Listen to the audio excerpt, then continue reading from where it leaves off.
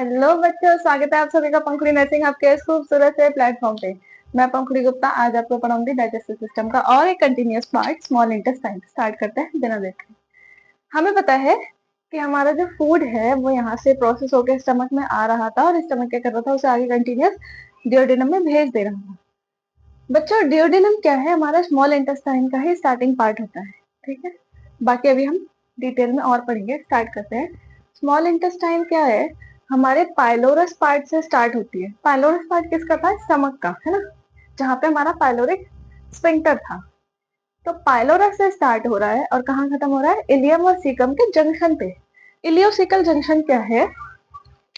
Caecum जो part है हमारा स्मॉल इंटेस्टाइन का पार्ट, वो लार्ज इंटेस्टाइन का पार्ट है। और नीचे क्या होता है? यहाँ पे अपेंडिक्स होता है। ये हमारी लार्ज इंटेस्टाइन आई और जहाँ पे हमारी स्मॉल इंटेस्टाइन खत्म हो रही है, यहाँ पे सीढ़ी बनी है ना ऐसे। तो ये वाला जो जॉइंट है ये इलियोसिकल जॉइंट होगा। ठीक है, सीकम और इलियम के बीच का जॉइंट जो यहाँ पे बन रहा है। तो ये हमारा पाइलोरस पार्ट से स्टार्ट होके इलियोसिकल जंक्शन पे खत्म होती है। अब इसकी लेंथ कितनी होती है? 5 से 6 मीटर लंबी हो सकती है हमारी स्मॉल इंटेस्टाइन। अब आप लोग सोचोगे कि स्मॉल है तो 5-6 मीटर है, और जबकि लार्ज इंटेस्टाइन उससे छोटी होती है। तो पर हम यहाँ पे लेंथ की बात नहीं करते, हम यहाँ पे उसके डायमीटर विड्थ की बात कर रहे हैं। तो ये 5 से 6 मीटर लॉन्ग हो सकती है। और डायमीटर कितना होता है इसका? 2.5 से 3 सेंटीमीटर। अब ये कहाँ पे प्रेजेंट होती है? एब्डोमिनल कैविटी में प्रेजेंट होती है। और किस चीज से कवर है? ये लार्ज इंटेस्टाइन से। जो ये साइड में बॉर्डर जैसा दिख रहा है, ये हमारी लार्ज इंटेस्टाइन है। अब और क्या होता है? स्मॉल इंटेस्टाइन में हमारा केमिकल डाइजेशन कंप्लीट होता है। अब हमें पता है कि जो हमारे एसेसरी ऑर्गन है वो एंजाइम्स कहाँ पे लाके छोड़ते हैं? हमारे स्मॉल इंटेस्टाइन में। वहां पे क्या हो जाएगा? केमिकल डाइजेशन होगा। हमें दो तरह के मैकेनिकल और केमिकल डाइजेशन पता था ना, वही केमिकल डाइजेशन यहाँ पे कंप्लीट हो रहा है। फिर जो हमारे न्यूट्रिएंट्स हैं, क्योंकि हमारे स्मॉल इंटेस्टाइन में कुछ माइक्रोविलाइज होते हैं, फिंगर लाइक स्ट्रक्चर होता है, वो क्या करता है? न्यूट्रिएंट्स को एब्जॉर्ब करने में हेल्प करते हैं। तो यहाँ पे क्या हो रहा है? जो न्यूट्रिएंट्स हैं, ज्यादातर न्यूट्रिएंट्स हैं, वो स्मॉल इंटेस्टाइन में ही एब्जॉर्ब हो जाते हैं। अब हमारे स्मॉल इंटेस्टाइन को 3 पार्ट में डिवाइड किया गया है। स्टमक के बाद जो कंटिन्यूअस होता है जस्ट आफ्टर स्टमक, तो ये हो गया हमारा डिओडिनम। ठीक है, उसके बाद जो बीच का पोर्शन है वो जियोडिनम होता है। और जो एंडिंग पार्ट है, जो लास्ट का पार्ट हो जाता है स्मॉल इंटेस्टाइन, वो हमारा इलियम होता है। उसके बाद हमारा लार्ज इंटेस्टाइन स्टार्ट हो जाती है। ठीक है, अभी हम जो ये डिवीजन है स्मॉल इंटेस्टाइन का, उसको कंटिन्यूअस और डिटेल में पढ़ेंगे। पहले आप इतना नोट करिए। हो गया बच्चे इतना? अब हम देखेंगे हमारे जो स्मॉल इंटेस्टाइन है, हमने उसको 3 पार्ट में डिवाइड किया, वही हम कंटिन्यूअस देखेंगे। फर्स्ट पार्ट हमारा क्या है? डिओडिनम। सेकंड जियोडिनम और लास्ट हमारा इलियम। तो डिओडिनम जो है ये यहाँ पे जो कर्व बन रहा है स्टमक के बाद, इंटेस्टाइन से पहले जो कर्व बन रहा है, ये हमारा डिओडिनम होता है। और डिओडिनम अबाउट 25 सेंटीमीटर लॉन्ग होता है हमारा। और यहाँ पे हमारा प्रेजेंट होगा पेनक्रियास, और पेनक्रियास का हेड ये कुछ इस तरीके का दिखाई देता है। ये हमारा डिओडिनम का कर्व हुआ और यहाँ से हमारा ये ऐसे पेनक्रियास जाते हैं। तो ये हेड हुआ पेनक्रियास का। यहाँ पे लिखा है कि 25 सेंटीमीटर लॉन्ग होता है and curves around the head of the pancreas. Head of the pancreas के अराउंड कर्व जैसा शेप बनाता है। ठीक है, अब हमें पता है कि यहाँ पेनक्रियास के पास में ये प्रेजेंट है। तो यहाँ पे एक जंक्शन बन रहा होता है जहाँ से हिपैटिक डक्ट आती है, पेनक्रियास से डक्ट आती है, और यहाँ पे एक जंक्शन बनता है, उसे बोलते हैं हम हिपैटो पेनक्रियाटिक जंक्शन, या फिर एम्पिला भी कह सकते हैं। तो हिपैटोपैनक्रियाटिक एम्पुला में जो गॉल ब्लैडर से आ रहा है हमारा सिक्रीशंस वो भी प्रेजेंट है, पेनक्रियास से जो सिक्रीशंस आ रहे हैं वो भी प्रेजेंट है। और ये सारे जो सिक्रीशंस हैं हमारे डिओडिनम में जाके एंटर करते हैं। जब हमारा फूड यहाँ से आ रहा होता है, स्टमक से आता है, तो वहाँ पे जो स्मूथ मसल प्रेजेंट होती है वो स्टिमुलेट होती है। ठीक है, और वो क्या करती है? जो यहाँ पे जो डक्ट है इधर से और गॉल ब्लैडर से आने वाली जंक्शन का जो डक्ट है वो स्टिमुलेट होता है, और जो भी एंजाइम्स है वो इसमें डिओडिनम में छोड़ देते हैं। ठीक है, 25 सेंटीमीटर लॉन्ग होता है, हेड ऑफ द पेनक्रियास के अराउंड कर्व होता है। हिपैटोपेनक्रियाटिक एम्पुला जो है वो कहाँ पे एंटर कर डिओडिनम में आता है? At the duodenal papilla. और ये पेपिला जो है हिपैटोपेनक्रियाटिक स्फिंक्टर से गार्डेड होता है। मैंने आपको बता दिया। इन शॉर्ट देखो, ये हमारा डियोडिनम हुआ, ये हमारा पेनक्रियाज हुआ, यहाँ से हमारी गॉल ब्लैडर से डक्ट आई, यहाँ से पेनक्रियाज से डक्ट आ रही है, ये एक एम्पुला बन गया, ये हो गया हमारा हेपाटोपेनक्रियाटिक एम्पुला। अब ये यहाँ से डियोडिनम से जाके कनेक्टेड है, लेकिन स्फिंक्टर के थ्रू बंद भी है। जब यहाँ स्टमक से फूड आया है डियोडिनम में, यहाँ पे जो हमारे स्मूथ मसल्स हैं डियोडिनम में, वो क्या हो गई, स्टिमुलेट हो गई। स्टिमुलेट हो गई तो अंदर मैसेज पहुंचा कि यहाँ पे खाना आ चुका है। तो ये जो सिक्रेशन यहाँ पे हैं वो सारे कहाँ छूट जाएंगे, हमारे डियोडिनम में छोड़ दिए जाएंगे। किस लिए छोड़े जा रहे हैं, एंजाइम्स हैं, केमिकल डाइजेशन में हेल्प करेंगे।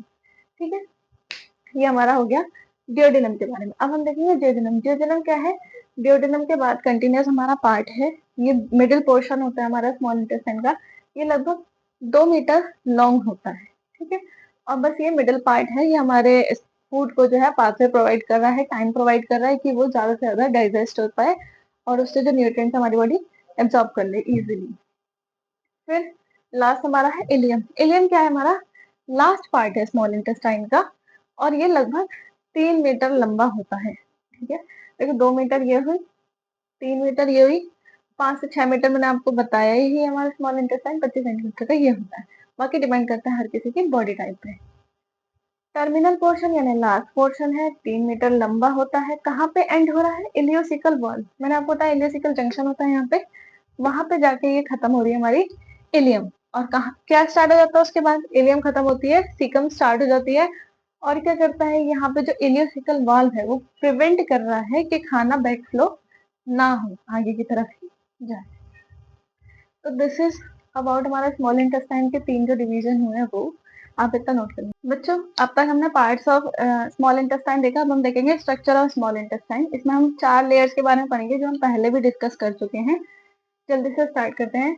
4 लेयर होती है हमारे स्मॉल इंटेस्टाइन में, इनर मोस्ट म्यूकोसा, फिर सब म्यूकोसा, मसल लेयर और पेरिटोनियम लेयर। जो म्यूकोसा लेयर होती है ये हमारी सबसे इनर मोस्ट लेयर होती है, ये हमारे फूड के कांटेक्ट में आने वाली लेयर है। ठीक है, इसमें फिंगर लाइक प्रोजेक्शन होते हैं। अगर देखो कि हमारी स्मॉल इंटेस्टाइन स्ट्रेट ऐसे रहेगी तो फूड को ये बस इतना ही स्पेस दे पाएगी कि वो प्रोसेस हो पाए। अब क्योंकि इसमें फिंगर लाइक प्रोजेक्शंस भी होते हैं स्मॉल इंटेस्टाइन में, अंदर इस तरीके का प्रोजेक्शन है, तो ये हमारे क्या कर रहा है, एक तरह से सरफेस एरिया बढ़ा दे रहा है स्मॉल इंटेस्टाइन का। तो जो फूड है वो यहाँ पे पहले प्रोसेस होगा, यहाँ पे प्रोसेस होगा, है ना। तो जो खाना सिर्फ ऐसे जाना था अब वो इतने एरिया और कवर करके जाएगा। तो ये क्या कर रहा है, हमारे फूड को टाइम प्रोवाइड कर रहा है। इसमें फिंगर लाइक प्रोजेक्शन जो होते हैं इनको हम कहते हैं विलाई। ठीक है, और इन विलाइज पर भी और माइक्रोविलाइज प्रेजेंट होते हैं ऐसे। तो ये भी विलाई का सरफेस एरिया बढ़ा रहे हैं। जो ये माइक्रोविलाइज हैं ये माइक्रोमीटर में मेजर किए जाते हैं, और जो विलाइज हैं वो मिलीमीटर में मेजर किए जाते हैं। अब जो ये माइक्रोविलाइज है ये मेड अप ऑफ एंट्रोसाइट, एंट्रोसाइट से बनते हैं। और जो हमारा फूड का क्या कहते हैं प्रोसेस होता है वो एंट्रोसाइट्स में ही होता है, एब्जॉर्प्शन जो है एंट्रोसाइट्स में होता है। इन एंट्रोसाइट्स के बीच बीच में हमारी गॉबलेट सेल्स प्रेजेंट होती हैं। ठीक है, और इन्हीं के बीच में हमारे लिम्फ नोड भी प्रेजेंट होते हैं जो हमारे डिफेंस में हेल्प करते हैं। तो ये हमारी म्यूकोसा लेयर कवर हो गई। सबसे इनरमोस्ट लेयर होती है जो फूड से न्यूट्रिएंट्स को एब्जॉर्ब करने में हेल्प करती है। फिर आउटर म्यूकोसा के बाद वाली जो लेयर होती है वो हमारी सब म्यूकोसा लेयर होती है। ये हमारी मसल लेयर और म्यूकोसा लेयर को ज्वाइन करके रखती है। इसमें हमारी ब्लड वेसल्स, नर्व्स प्रेजेंट होती है और ये एरियोलर टिश्यूज की बनी होती है। ठीक है, फिर हमारी मसल लेयर है। जब हम खाना खा रहे हैं वो खाना हमारे इंटेस्टाइन में आगे बढ़ता है, मोशन में आता है, फिर हमारा बॉडी से वो आउट हो जाता है। तो जो आगे बढ़ रहा है उसे हम कहते हैं पेरिस्टालसिस मूवमेंट, और उस पेरिस्टालसिस मूवमेंट में हेल्प कौन करती है, हमारी मसल लेयर। क्योंकि सबसे ज्यादा पावरफुल कौन सी लेयर होती है, हमारी मसल ही होती है। मसल जब कॉन्ट्रैक्ट और रिलैक्स होती है तो फूड आगे बढ़ता है, रिलैक्स होता है, आगे बढ़ता है, रिलैक्स होता है। तो मसल लेयर हो गया। सबसे आउटर मोस्ट लेयर होती है हमारी पेरिटोनियम। ठीक है, पेरिटोनियम जो लेयर होती है, डबल पेरिटोनियम को हम कहते हैं मिसेंट्री। और ये क्या करती है, जो हमारा इलियम और जेजनम, जेजनम जो हो गया वो बीच का पार्ट, इलियम जो हो गया terminal part of small intestine, उसको बाइंड करके रखती है। किससे जोड़ के रखती है, पीछे posterior wall of abdominal cavity, ठीक है, जो हमारी एब्डोमिनल कैविटी के पीछे की वॉल है उसे जोड़ के रखती है।